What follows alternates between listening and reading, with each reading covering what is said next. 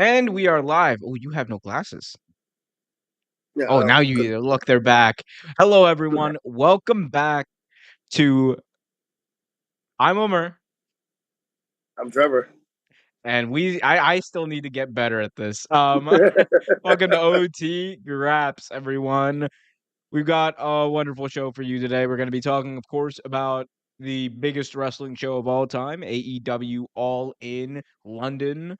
We're also going to be, of course, talking about the controversy surrounding the one, the only company man himself, CM Punk, is CM at it Punk. again. Damn it, Yeah. Punk. He's like, Tony Khan is out here being like, this is a great moment for professional wrestling. He's like, no, Tony, this is a great moment for me. I feel like we wouldn't have anything to talk about if CM Punk wasn't wrestling. You, you, you know, it's I hate talking about it though. It's annoying. I'm like, dude, just can we all just stop? Can we all grow up? No, But of it's course, no then fun it's like, doing that. but it's like professional wrestling, like people are like, why are professional wrestlers such divas? I'm like, it's pro wrestling. Like, Yeah, it's they're eccentric. That's why they're pro wrestlers. pretty Um, much.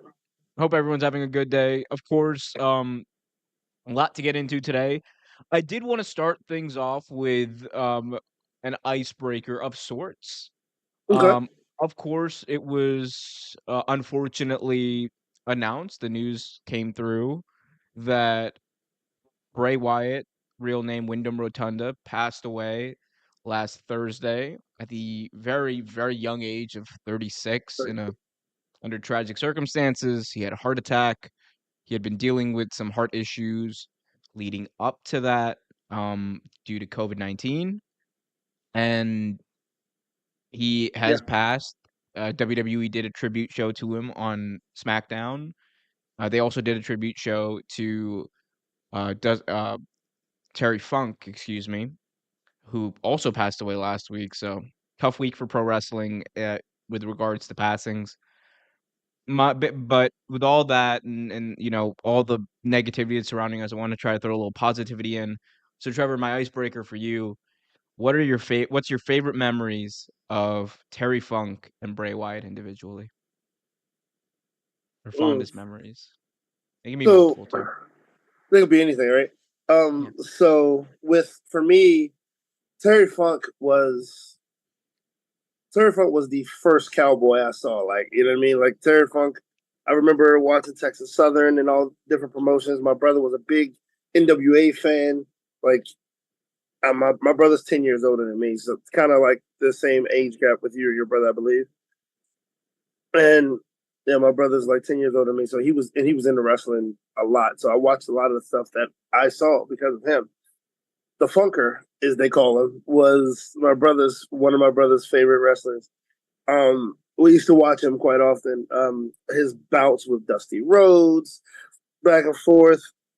One of my fondest memories, and this is a little later in his career, where when this crazy old man decided to be Chainsaw Charlie and have one of the greatest hardcore tag team matches seen by these four eyes here.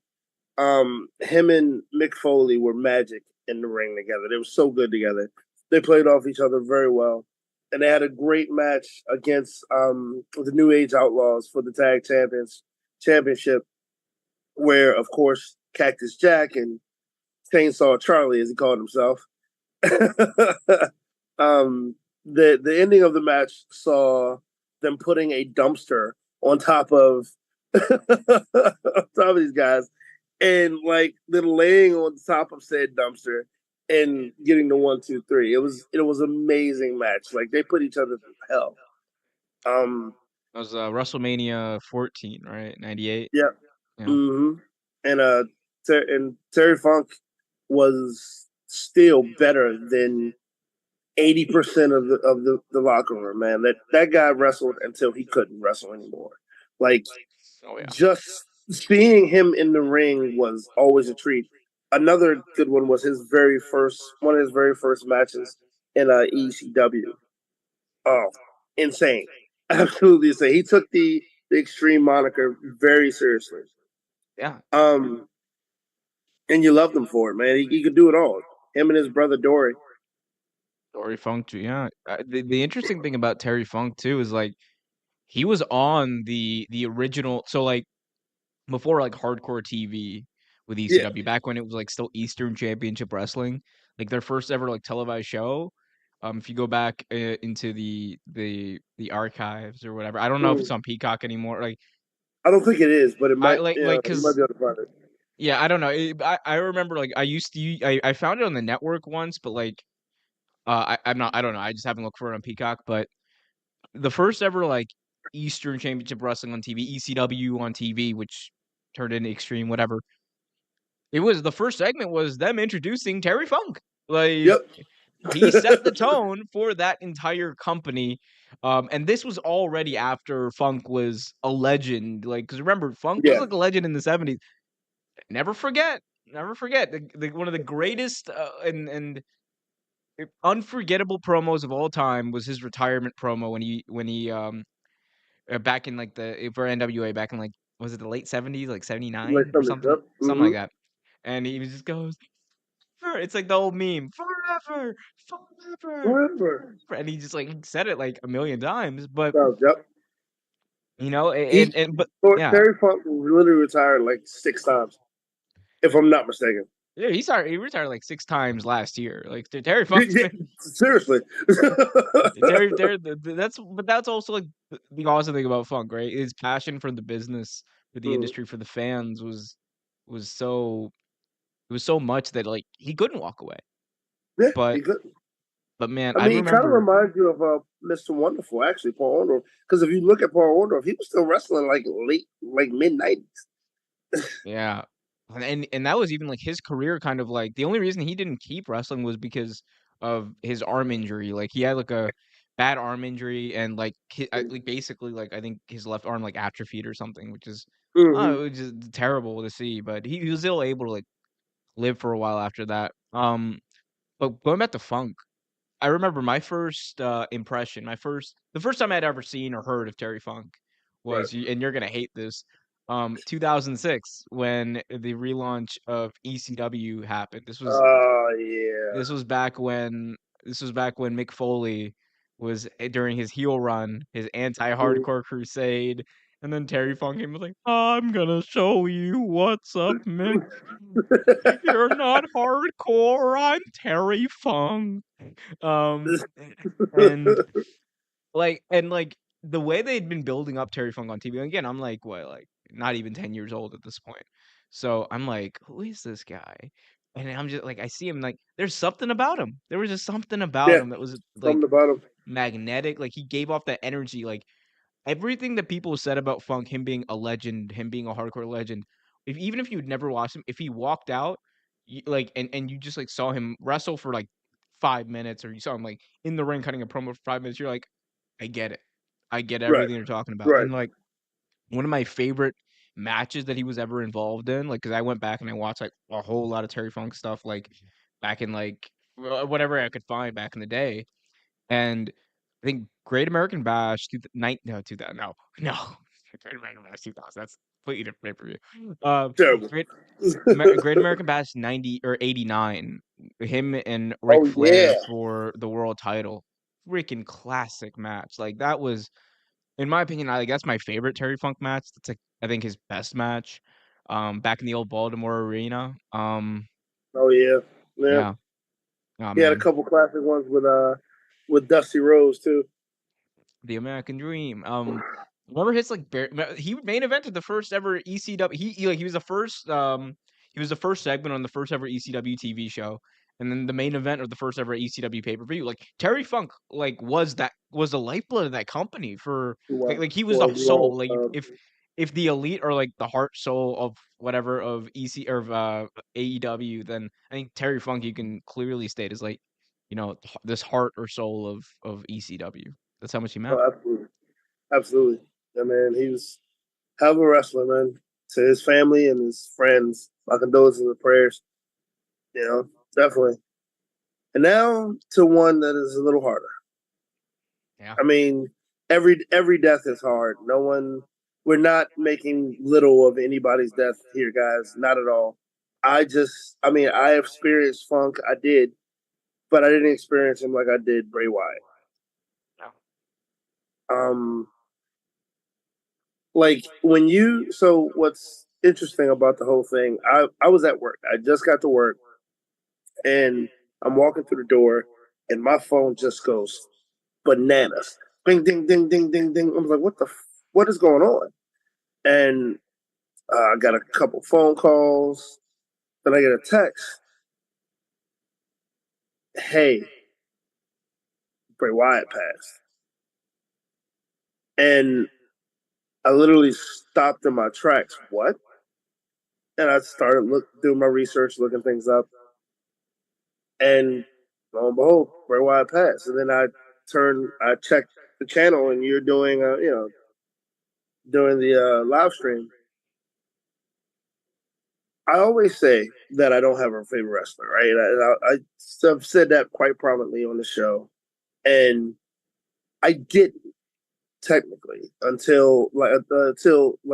after like a couple people have retired or passed, whatever. Didn't really have a favorite wrestler. Had guys I admired. I'm becoming a fan of Ricky Starks and of course FTR guys like that. But one guy I always admired was Bray Wyatt. Like, I mean, I was one of those weird kids that actually liked RRS, which was weird. And I got a chance to see RRS. You know, Mike Rotunda, his father. Got a chance to see his uncles, the Wyndhams, Barry Wyndham. Every so often, you see something, and and I guess this terminology is lightning in a bottle, and you get someone that does something that you've seen similar before, but not like they're doing it. And that was Bray Wyatt. Bray Wyatt took a character that had been done before.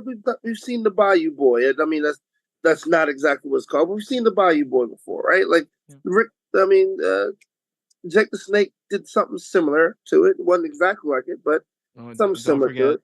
don't forget, what was his name? ZZ from Oh Tough yeah, Enough. ZZ Negator definitely. from Negator. ZZ.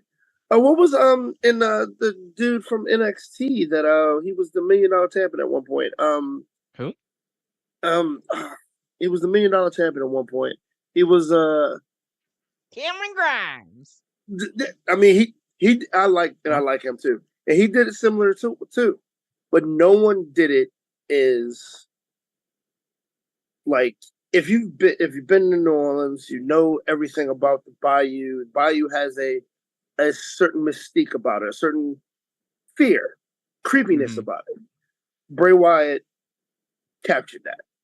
He captured that essence and he ran with it, man. Like he was on his way to being the modern day Mick Foley, and I say that is a good thing, not a bad thing.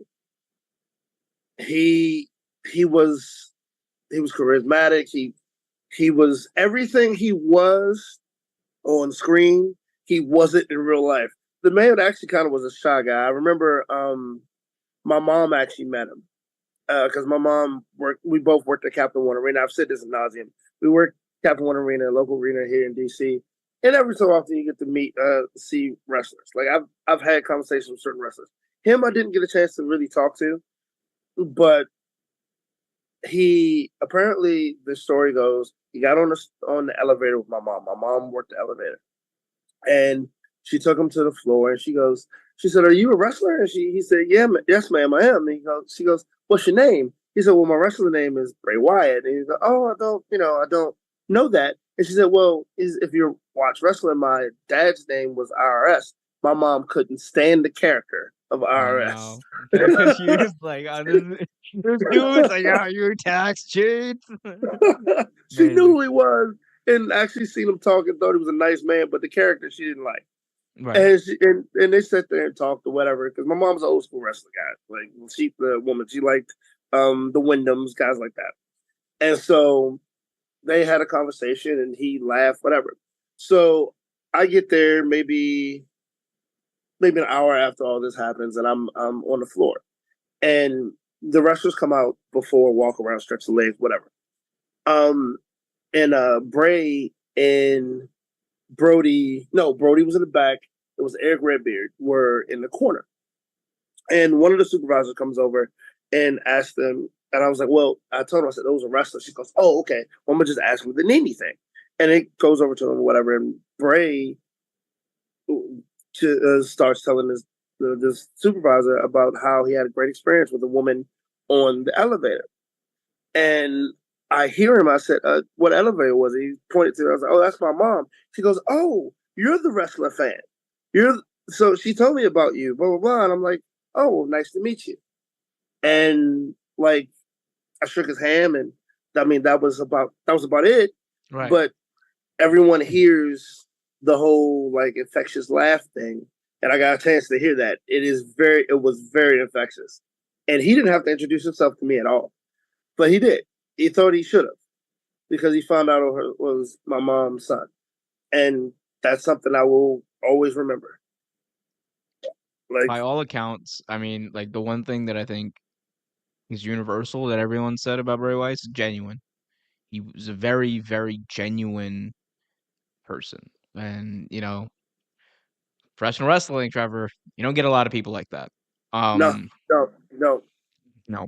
Um, and yeah, I mean, right, like you already said before, like 36 is just no age. So our heartfelt condolences go out to JoJo, his children, loved ones, family, friends, everyone who's brother, affected by father, it. all that It's stuff. just terrible.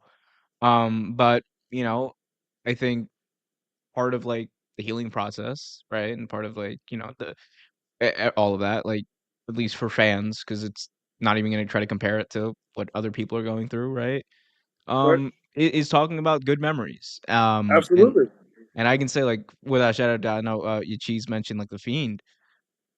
Like Yeah, that's for one of me, mine. like I think the Firefly Funhouse match is like to this day like something like it's one of the few things during the pandemic I can actually go back and watch and like I didn't, actually and be I think we entertained talked by. about it. I didn't like it at first, but I had to I rewatched it. I thought it was amazing. Oh, you're like Dave Meltzer. Dave Meltzer was still like crapping on that match like 2 days ago.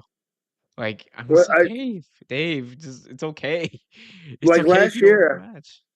I went back and watched it, and I'm like, dude, this is a lot better than I gave it credit for. This is really good. 'Cause it was like a dissection of John Cena's entire career. It Hmm. was great. Hmm. Um, He did creepy and awe inspiring very well, man. He really did. yeah, the whole world in his hands. That was really like that was also very touching to see the fans chanting and singing Yeah, that. It was really he nice. got the whole world. Also, Um, very nice to see those AEW tributes to Bray Wyatt too. Got a yeah, few. yeah. Did you see uh, Seth Rollins tribute? It was Um, I think it was after a dark match or something. He was in the ring. And he just grabbed the mic and just started talking about Bray. And yes, yes, yes, everyone yes. had, and the Fireflies had their lights on and everything. Yeah. Um, I saw that. I mean, on AEW too. Like, it was really cool. Like, they mentioned Bray Wyatt on AEW TV. Like, Nigel McGuinness did once. Yep. And I think Excalibur did too when the House of Black were coming up because they had the lantern. Yep. Um, too, which was a nice touch. Yeah. So that was good to see. I mean, I think it's one of those reminders that like as tribal as people can be and wrestling fans can be, like at the end of the day, everyone here, like everyone's there to wrestle. Everyone's family. Um, but yeah. And big ups, big shout out. And this is one of the reasons why you have to do something with this man. The promo that LA Knight cut, my God. I, wow. Like, I can't, there's nothing else to even say about it. Guys, if you haven't seen it, and I'm pretty sure you have at this point, it's been on everything, watch it. It is, and watch it in full because certain spots cut it. It's absolutely like it's kind of bone chilling to a degree because like it's one of those things where he does what he has to do for for Bray, then he gets back, and he gets to business, and then he gets back to just for Bray, and it's just amazing. It was the range of emotions throughout that promo because you went from like being like, "Oh, that's very nice," to him to just laughing at his impression of the Miz, which was like Yeah. so. I don't think I've heard. It was going like it's like, and oh, it's a little too much bass in my voice. I'm the Miz and I'm from Cleveland. Like amazing, fucking amazing. like, and then Yeah, the best part to me, and what a lot of reactors and commentators are breaking down was he does his shtick, he L.A. Knight, and at the end he lifts his finger and goes, "One more thing." A very great wise. man once told me, if you see when you see me, run. And the entire crowd broke with like chants, and it was the loudest pop I've seen in a while. And he gets a lot of loud pops. Like it just hit me here, man. Like Yep, it was great. It's great. yep. Um, But yeah. don't be sad. Don't remember him for because he passed. Remember him for the father. Both men. The father, the son, the wrestler. Remember them for everything they were. And you know, they don't want you to be sad. They want you to rejoice. So One thing that I think, you know, one thing that I think like is just is true for both men is that one of the things that they were most passionate about in their lives, like obviously outside of their families, was entertaining us as fans yep, because they yep, poured their heart, soul, in Terry Funk's case, a lot of blood. They poured everything into their art. They poured everything into professional wrestling because they wanted it and because we wanted it. yep. And just speaks to the character. It speaks to the level of athlete and wrestler that they were. Um, and yeah, it's unfortunate that they're not here, but I think they left a legacy that I think they can 100% be proud of, and we can all be entertained by. And I think it's been said in nauseum, and I'm gonna say it one more time. For me, Omer, and everyone here, OT Graps, and people looking out at home, to Bray and Terry, thank you. Just thank you for everything you did. Thank you for being in our lives one way or another, and thank you for putting your body on the line and like not doing some of the things that you could have been doing just to put on to entertain us. For that, I'll never forget you. We'll never forget you. Thank you. Absolutely. Um, moving on. I mean, there really is no transition we can properly No, do. we just got to So move on. we just move on and talk about the biggest professional wrestling show of all time, Trevor, which happened Absolutely. just yesterday. By the way, Just left there. I want to get your thoughts. Afternoon wrestling, like, what are your thoughts on this? I personally liked it.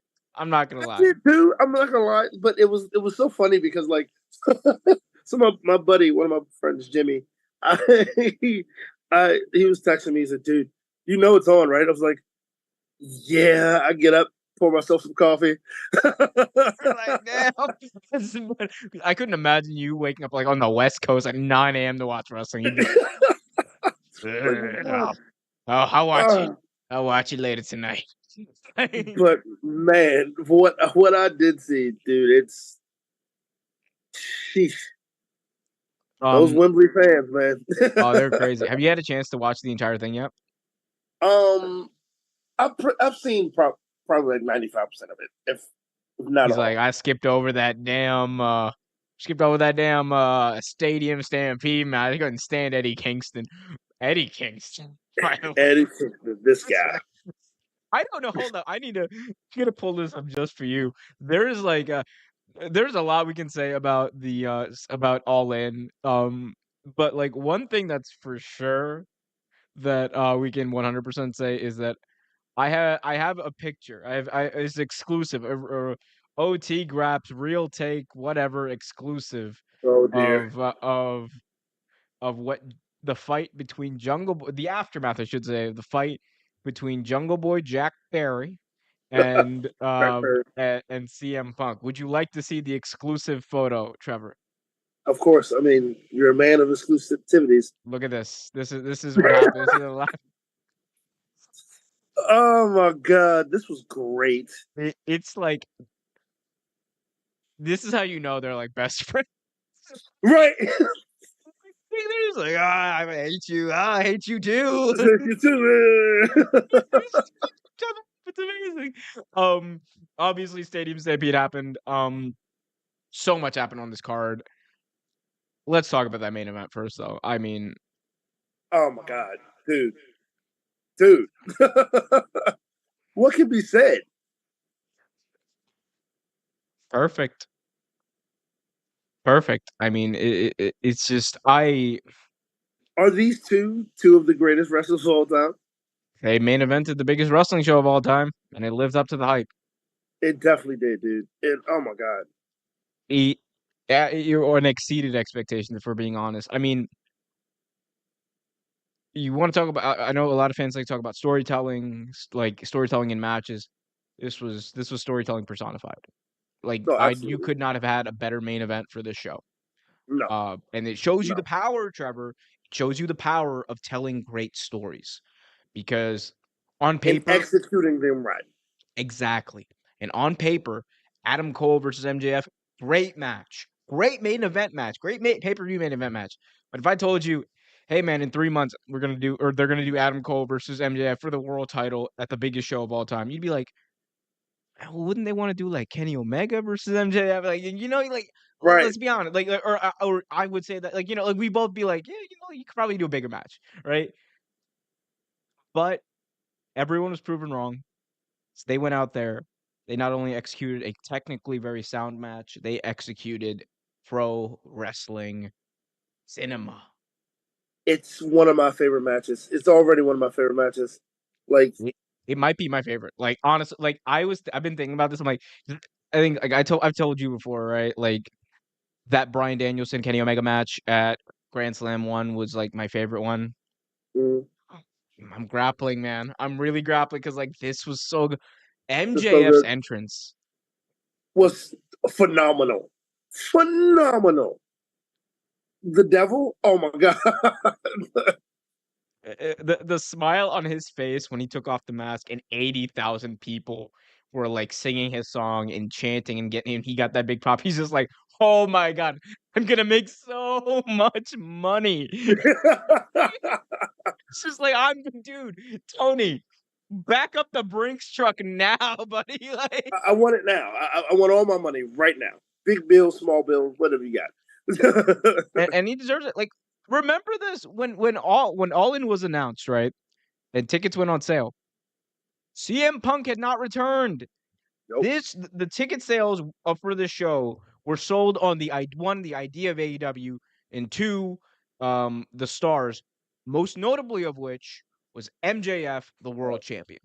Yep. Like he can honestly say that he played I think the largest part as far as selling out that crowd. Now, 81,000. Do you think CM Punk played a big part as well? Oh, hey, no, he played a part in like moving tickets for sure, but like we're Right. talking about like who played a bigger part. I More think it's tickets were MJF. sold. Yeah. I mean, the company as a whole did, right? The company as a whole was the reason that those tickets sold because people were like, I Absolutely. get to see Kenny Omega. I get to see the Right. world champion, MJF. I get to see like all these cool people, right? And CM Punk at that point had not returned. We didn't even know if he was going to be back at that point. We did. And Oops. I'm speaking of breaking which, everything. Trevor, oh no, it's just this is oh There we go. no, yeah, there we go. It's nice. We're back.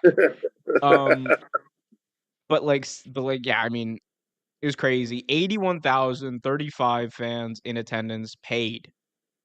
Tony Khan said there as for total, including unpaid tickets, as far as like comp tickets and other people in the building. He said it's close to about 90,000 people, according to him.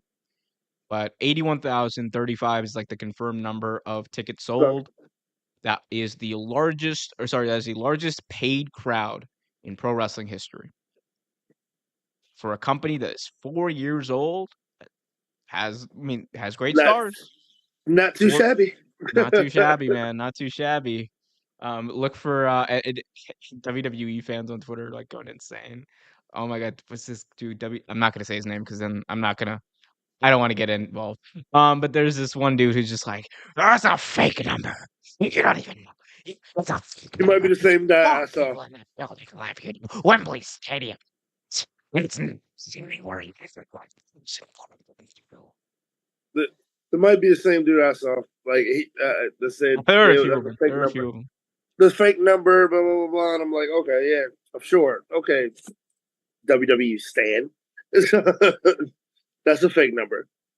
No, dude, Um, like this is the biggest wrestling show in history. Like in history. Hell, you have some people that are from there that wrestle in this company. This is like a homecoming. Are we ready to talk about some of the matches there? do you want to? I mean, we can. I mean, we can just talk sporadically. I mean, honestly, all Okay, I'm happy okay, about okay. was I got. Look, message received. Message received. Grado. Oh! Grado. Tony Khan, you cheapskate!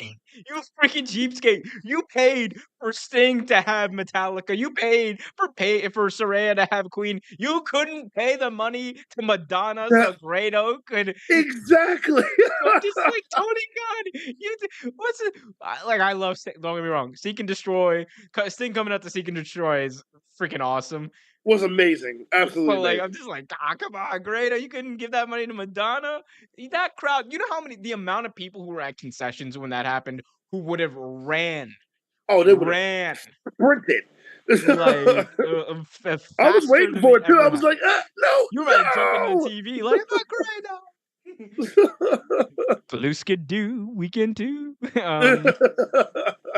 Susie came out. I said, Grado. Bro, I was going wild. I was like, they did it. They don't have the song. It was those bastards, but they did it. They did. It was great to see Grado get that moment as well. Looked like he was in good shape too, man. Oh, he's always in good shape. He's always in good shape. Let's talk about the card though a little bit, or the results, I should say. Okay, We talked about the main event. Perfect in my opinion.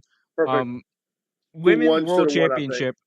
Saraya wins, defeating Hikaru Shida, Tony Storm, and Britt Baker DMD. This was a bit of a controversial finish. A lot of Right. fans divided on this, Trevor. What did you think? Saraya winning. Saraya should have won.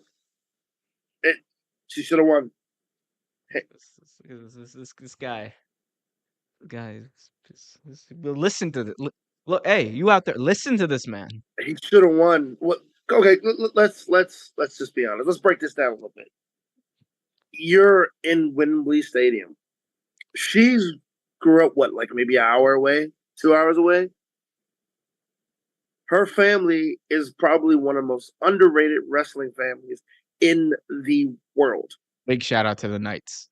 The Knights. And not only big shout out, it was great to see them. Father, brother, mother. I don't know if you guys know who they are, but her whole family walked her down to that ring. And that was absolutely amazing to me. That was amazing. Saraya has busted her ass, busted her butt to be part of the big show again. And honestly, she didn't look bad last night. She really didn't. Yeah, I think she had her best match since she's been back. I think a lot of that ring rust is starting to leave because you could tell she was a little hesitant at first, and it made perfect sense. She was told she never wrestle again, let her walk again at one point. So like I understand it, but last night she shined. She had one of the best matches I've seen her in since she's been back. And to not, I mean, even if it would be a travesty if you did, but even if you take it back next week, she should have won at Wembley Stadium. I agree. There was no reason why she shouldn't have. The only thing the only argument that I've heard, right, that kind of gives me a little pause, but it doesn't change my mind, is the fact that like, Hikaru Shida had like a 35-day reign or something like that, right? Oh, okay. and it does like as a mark, an absolute mark for Right. I Hikaru mean, don't Shida. get me wrong. I'm a Garcia fan as well, so I this is I I perfectly fine. I get it, but I'm also like Wembley 81. Like, here's the thing, and people can disagree with this. My only argument is Wembley 81,035. Right. That's like my argument for most of what happened on this card. I'm just like, yeah, Right. Wembley. Right. It's like, oh, what do you want? Um, like it was cool. It was a fun match. I will say this: 9 minutes of women's wrestling on this show. Tony Khan, we got to do better. Like, I'm You sorry. gotta do better. Gotta do better. I love me some Sting and Swerve. Like, Swerve was over too. Like, that's the other thing we'll talk about in a Super second. over. Super I over. love myself some Mr. Ass and Billy Gunn and all that. Like, so smart myself some Mr. Ass. Just said that on a live show. Um, You did. yep, I stand by it. I love Billy Gunn, but like also I'm like, we couldn't have put Chris Statlander versus Willow Nightingale or Oh something like yeah, that. man. Come And I on. know Jamie Hayter's injury like played a factor into like changing things. Oh my god, dude! The entire time I'm like, if Jamie Hayter were here right now, that crowd would have lost their shit. Oh, There stand would be mine, no dude. like semi roof over Wembley. It would have been Jamie, blown completely Jamie off. Hayter and Soraya in the ring at the same time That in stare Wembley down. Stadium. Oh my god. I'm just like, nah, that should have been the main event. But yeah, They I thought it was the exploded right when decision. Nigel came out too. When Guinness was announced, oh, they lost their crap. He did throw a line in there. He called Brian Danielson Brittle Brian because his He bones did. break so often, and I was like, oh my god, they're building up to a match next year. Hey, look, Wembley next year, it's happening. They're bringing it Hey, back. that'd be great. Look, they're bringing it back. Look.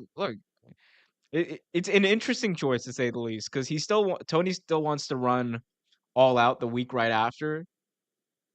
I think I don't know. We'll see what happens. Yeah. We'll see what happens. See how I it mean, goes this year. we also have to talk about this week's All Out because it's a pay per view that's happening. I keep forgetting. I'm like, oh my god, it's a Are there thing. any matches for it? Oh, there are, but like one of them might not happen. We'll talk about it in a little bit. Let's just run through the rest of this card. Okay. The Bang Bang Bang, the Bang Bang Bang, the Bang Bang Gang, Bullet Club Gold, and Konosuke Takeshita defeated the Golden Elite Omega, Kota Ibushi, and Hangman Adam Page. Takeshita got the victory with a roll up on Kenny Omega, and now they're facing each other at All Out. Yep, saw that. What do you think about the finish? I mean, if and of course this is probably what they want to do to get a match for next week or whatever. But if that was your goal, you did a good job, right? Like if that wasn't your goal, it was kind of a crappy ending. But for that to be your goal, it was a great ending. What do you think of Kota?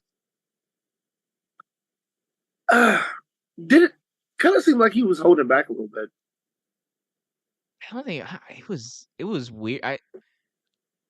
Kota's been weird, man. Like I mean, like obviously I know he had the injury that Yeah. kept him out for a bit. You A think few it's getting years ago. old, or you think it's the I injury? don't Like know. I think because because it was very visible. You could definitely see it. when he came back at Blood and Guts, you could tell like he was being weird. Um, but then like when this match, like he had like a few very noticeable misses, a few Right. noticeable botches. Like there was one spot where him and Omega were doing the moonsault off the Oh off the yeah, yeah. corner on the outside. Omega hits this perfectly. Hoda actually slipped off the top one.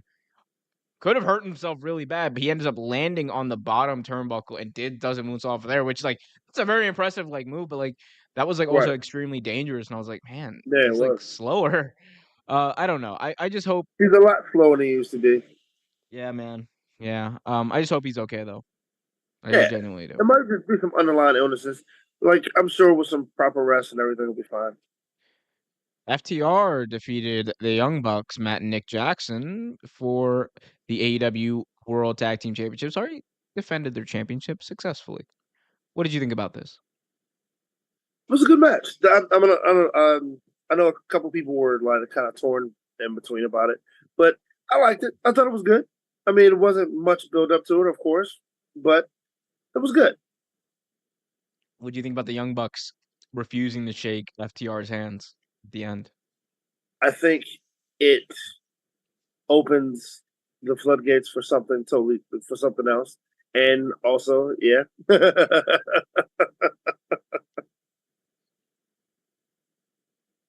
this guy, this guy here, I'm listening. I'm just making. and then he acts all different, like all innocent, like he didn't do anything.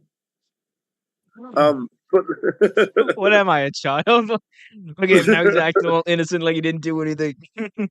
but no, like, it was a decent enough match, but it looks like they're building up for something. It's gonna be interesting to see if like they'd run this back, especially with like the news that came out today. It's gonna be interesting to see because they might have to run this back because you're gonna need both these teams on the show. Oh my god. We'll What talk about that in happened? a second. Osprey, Jericho. Jericho lived out his childhood dream, playing himself to Wembley, playing himself to the ring at Wembley Stadium. It was a pretty cool moment. Not gonna lie. It was. It It was. was It was even definitely was. cooler though to see Will Osprey come out to 81,035 people Dude, in Wembley. absolutely. Absolutely. If this was his, Uh, as John Woodmass says, Will Bruv Osprey Bruv. Yeah, I mean he's a star. I dude, think he's over if this completely. was his audition, obviously like not I'm talking about his audition like as a star. He fits the bill if you ask me. He fits the bill if you Yeah, ask me. I totally agree. Totally agree. Will Ospreay is a fave. I like him. I do like him. I love watching him wrestle. And I think he had a good match out of Jericho too. He did. I mean, you know what? I've said this before. I feel like here lately, anyway, Jericho's been the measuring stick for this company. So He's like, always been the measuring stick for this company. well, yeah, I know, but I'm just saying, like, for this company in general, like, he's been the measuring stick, and like for instance, Orange Cassidy, like he put Orange Cassidy to his paces, and like that was, you know, he's done the same thing with Sammy Guevara. He's done the same thing with a couple of different people. Like I honestly think that he is pretty much okay. If you want him to get over, let him wrestle Jericho. He'll get over. Like yeah, Speaking of it was cool. speaking of Orange Cassidy, can we talk about this? This sick man. This sick man. What was that? Oh yeah, I see. This was when this was the spot where he couldn't he did 3 like orange punches to Claudio and Claudio wouldn't go down. Go down. Yep.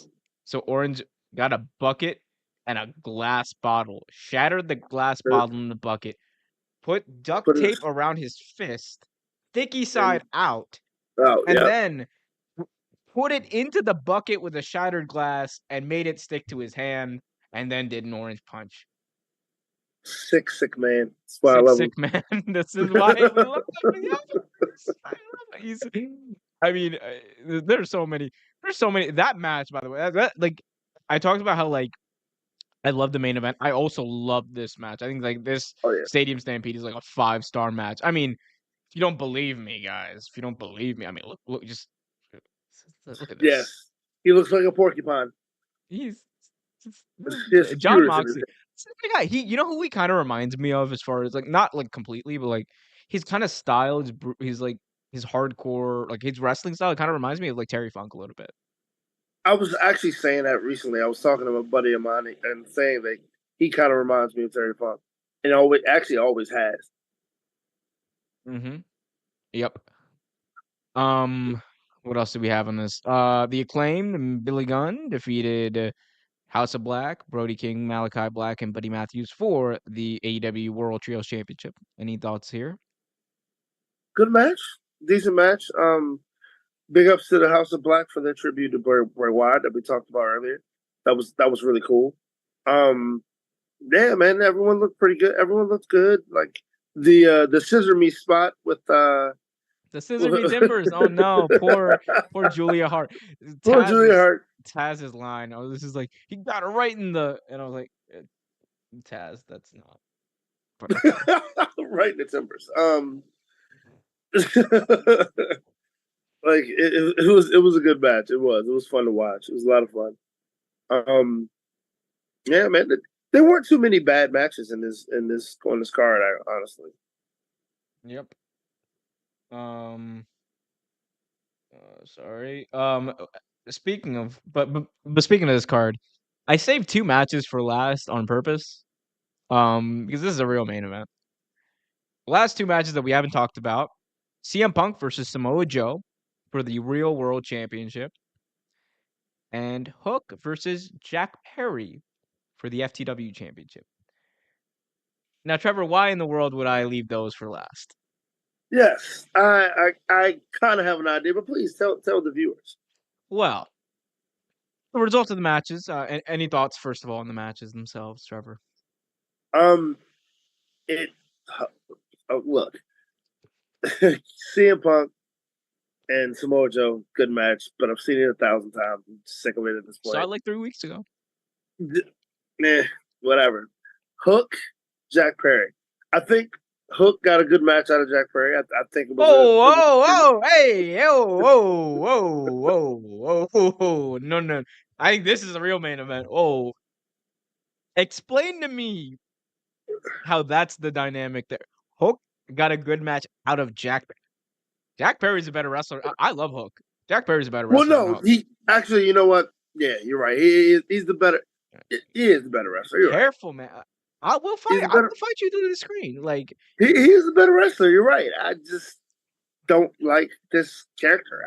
It's boring to me. I was literally going full on Sopranos.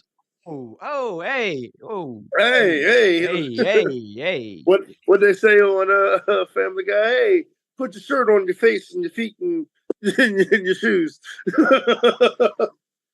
They did. I'm pretty sure they did say that actually. Anyway, but the reason Trevor I left this for last is because following Jack Perry's match and right before, because they were right next to each other, Jack Perry ended the pre-show and CM Punk opened the pay-per-view. But immediately after Jack Perry's match, he goes backstage, and apparently there was some sort of physical altercation between himself and CM Punk. I wonder with who. This all stems from an incident that apparently took place between Punk and Jack Perry back in June, where Jack Perry wanted to use glass in a spot to kind of write him off TV as he was due vacation. Punk didn't want the spot to happen because he felt 2 things. One, he didn't want him to use real glass, but also apparently there was this thought that Punk thought that Jack Perry was doing it so he didn't have to come to work next week, which wasn't the case because he already had, approved time off. Anyway, so that happened. That story comes out. Yes, Trevor. um, call me stupid, but what business of it was Punk's Well, that he was off? look. Tony Khan may own the company, but Punk's in charge. You know what? What's funny is I honestly believe No, I mean that. Collision. It's true. Okay, with Collision, it's true. Him and Tony run It's that show. definitely true with Calibri. Yeah, it's definitely that's Punk's show. That's his show. But He doesn't even go to Dynamite. no, I haven't seen him on Dynamite at all, or Rampage. Yeah. Anyway, so they go backstage. I'm gonna read out from the Fightful Select report.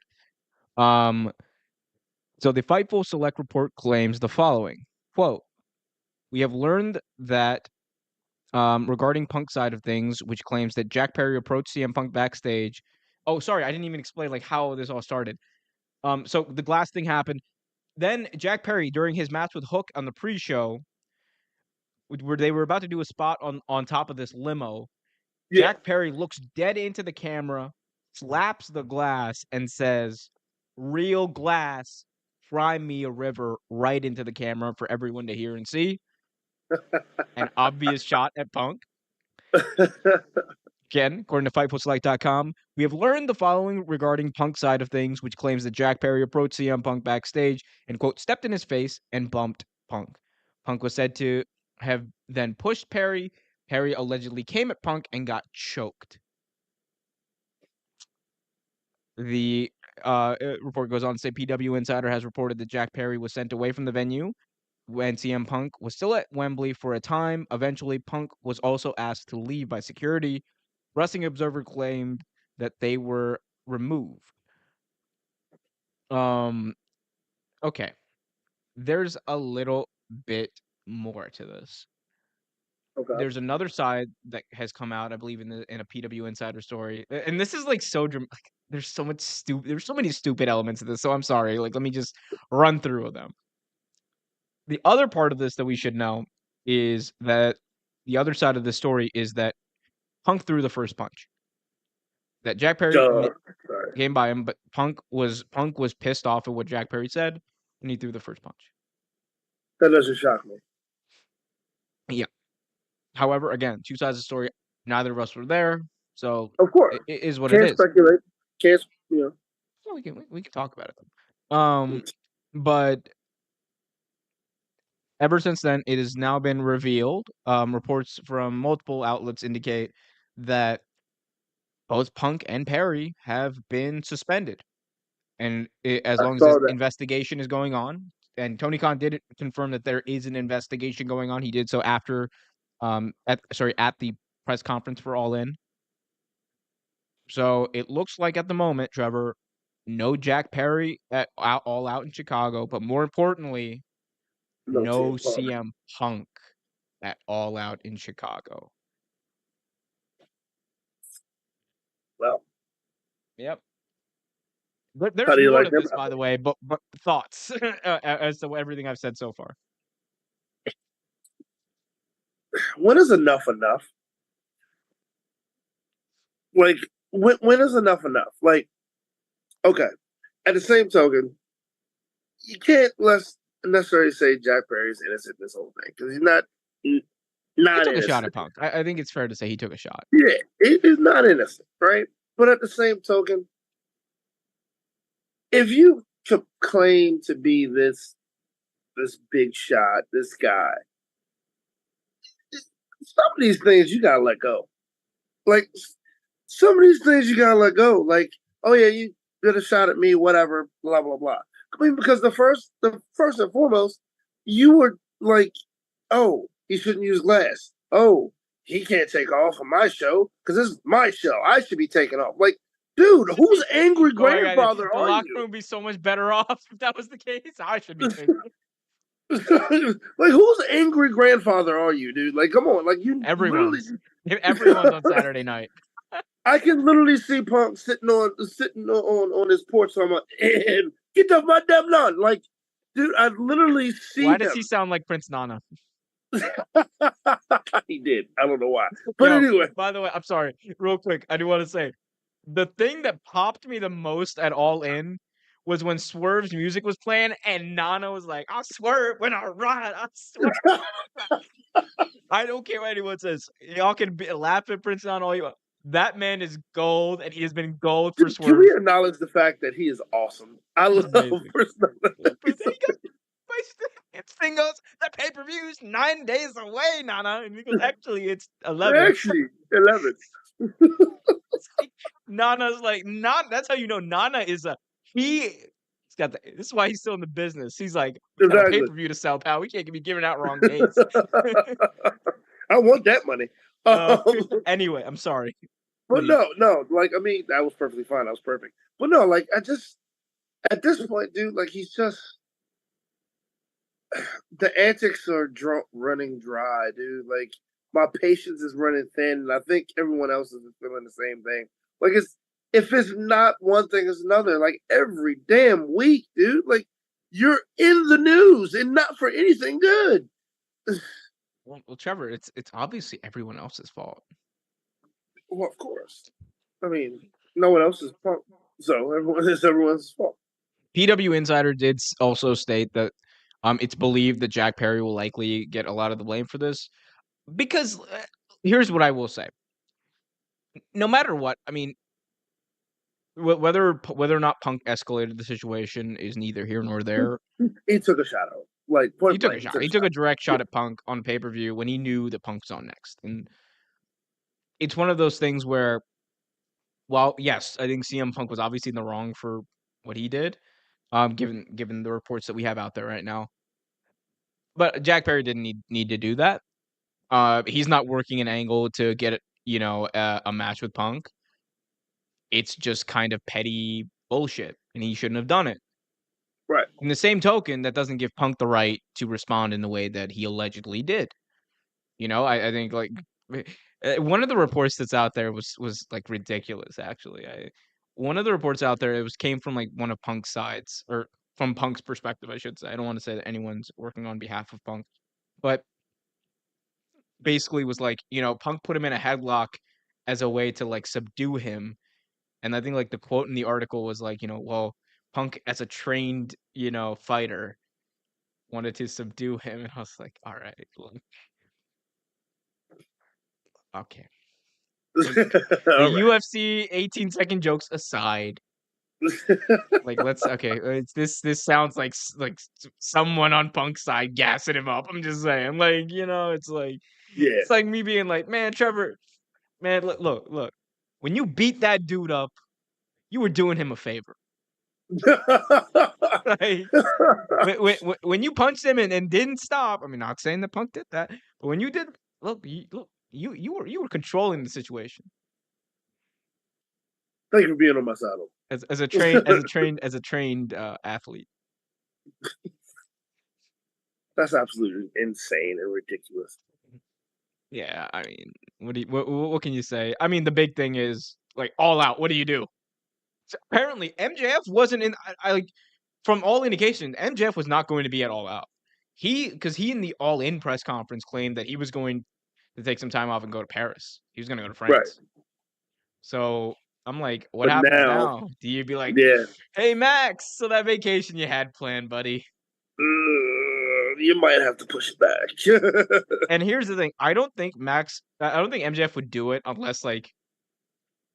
Here's the thing: I will say, I don't think MJF would do it unless like this situation happened where like literally like Punk was the entire show was probably going to build around Punk versus Ricky Starks or something, and he's like, oh, well, it's my company, I got to do it. I think he is one of Right. those guys. He would do it. He would put the company on his I, back. I think he is too. Absolutely, I think he is. But yeah, That's hot, um, dude. there's more to this, by the way. Do you want me to keep going? You know what? Sure. So CM Punk, apparently, sorry, Punk reports have come out. I think from I'm not going to say who because I don't want to misquote, but reports have also come out that CM Punk apparently was not provided transportation from the airport, um, on his way into All In, and he arrived pretty late. He had to take the tube. He had to take the train, Oh, which he yeah. apparently did not wasn't great. Because the wrestling fans came up to him. Um, which is a problem, I will say. It's a problem. AEW should have provided transportation for Punk. That is clear. Yeah, absolutely. But apparently this But is all coming out at the same time where Punk is under investigation for this. I'm just like, oh, he's okay. So this is like, brother, look at all this bad stuff you did to me, brother. This is what this all reeks like. Again, whether or not you disagree, I'm not saying like we're joking about Punk. We're saying we're talking a lot of smack. Look, I wasn't there. No, neither of us were there. Here is what I will say. A lot of this is just like, man, pettiness. And whether or not, like, people can be petty, but when you got people like getting into argument, fighting backstage, like, you gotta, like, at some point, I think they gotta draw the line. And maybe this is Tony Khan's way of doing it, like the suspension immediately and all that. Maybe this is his way of doing it, but like, it should have never gotten to this point. no, never. Should never got to this Um, point. yep. It's and it seems like everything that's going on with Punk. Well, again, it's just me speculating. Like I don't know the man. I wasn't there. But a lot of this stuff is just pettiness. Like Yep. from what from my end, it just seems very petty, like nonsensical. Yeah, I mean, and the other thing that like, is not lost on me is the fact that, CM Punk, apparently, according to some reports, I think PW Insider reported this, that Punk was like kind of unhappy and he may have said, maybe I don't want to wrestle anymore. And he was questioning his future in wrestling, and I was like, dude, this happens like Can we stop? Like, when can we stop? Like, don't, you know what? Don't. You know what? Don't. Like, I'm just like, man, can we stop this petty bull crap? Like, we're all sick of it, right? It's yeah. It doesn't make any sense at this point. Mm-mm. Um, A lot for no yep, reason yep. at all. Yeah, so we'll see what happens with this. Keep it covered. Trevor, do you want to witness me trying Prime Hydration by Logan Paul for the first time real quick? Have you tried it Nope, already? never. I tried that crappy energy shit that they had, and I threw it away after 3 I literally flushed it down the toilet after 3 sips. That is their energy drink is super sweet. No, and it was like the freaking like Splenda or whatever, like that fake Yeah, sugar. It was just that fake sugar in there. Oh, you can taste yeah, it. it's like Now I've had both their products actually. What flavor is that? lemon lime. Why does it smell like cough syrup? Is Probably this because it lean? might be. It's Logan Paul, like Logan Paul's wild now. All right, you wanna? All right, let's give it a sip. You tell me how you feel about it.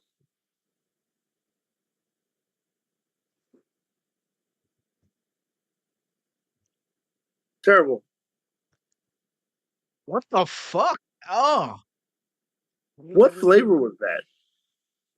You said it, but I couldn't hear you. lemon lime. What the fuck, How do you mess up lemon lime? bro? That is just. Don't buy that. Look, this is not a Prime sponsorship. Don't buy this shit. You know. So I've had their watermelon strawberry, and I've also had the lemon one. And to be quite honest, it is awful, god awful. Awful. It's it's too sweet.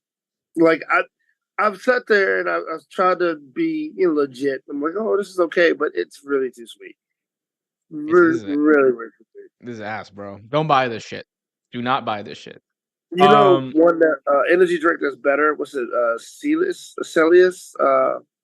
It's not. It uses natural water and look, all that good stuff. look. You That's way need better energy. than that. You need energy. Be a man and drink coffee, black from Well, the I mean, kettle. I'm a psycho, so yeah, I do drink Good, that. good, I was good. You need. told when I was in culinary class school, only psychopaths drink black coffee. And you're like, oh man. Well, I think that's gonna do it for this show, Trevor. Any final parting thoughts? Ah, man, only one.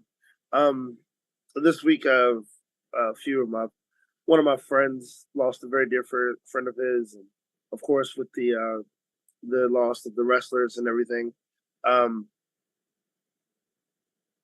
it makes you want to hug people a little tighter, kiss them a little longer, love them as much as you can because you never know when your time's up. So enjoy your folks, enjoy your family, and as always, be happy and enjoy the times because, like my grandfather used to always say, "Here for a good time, not a long time." So, In that vein, Trevor, let me do something to you. All right, cool. Done.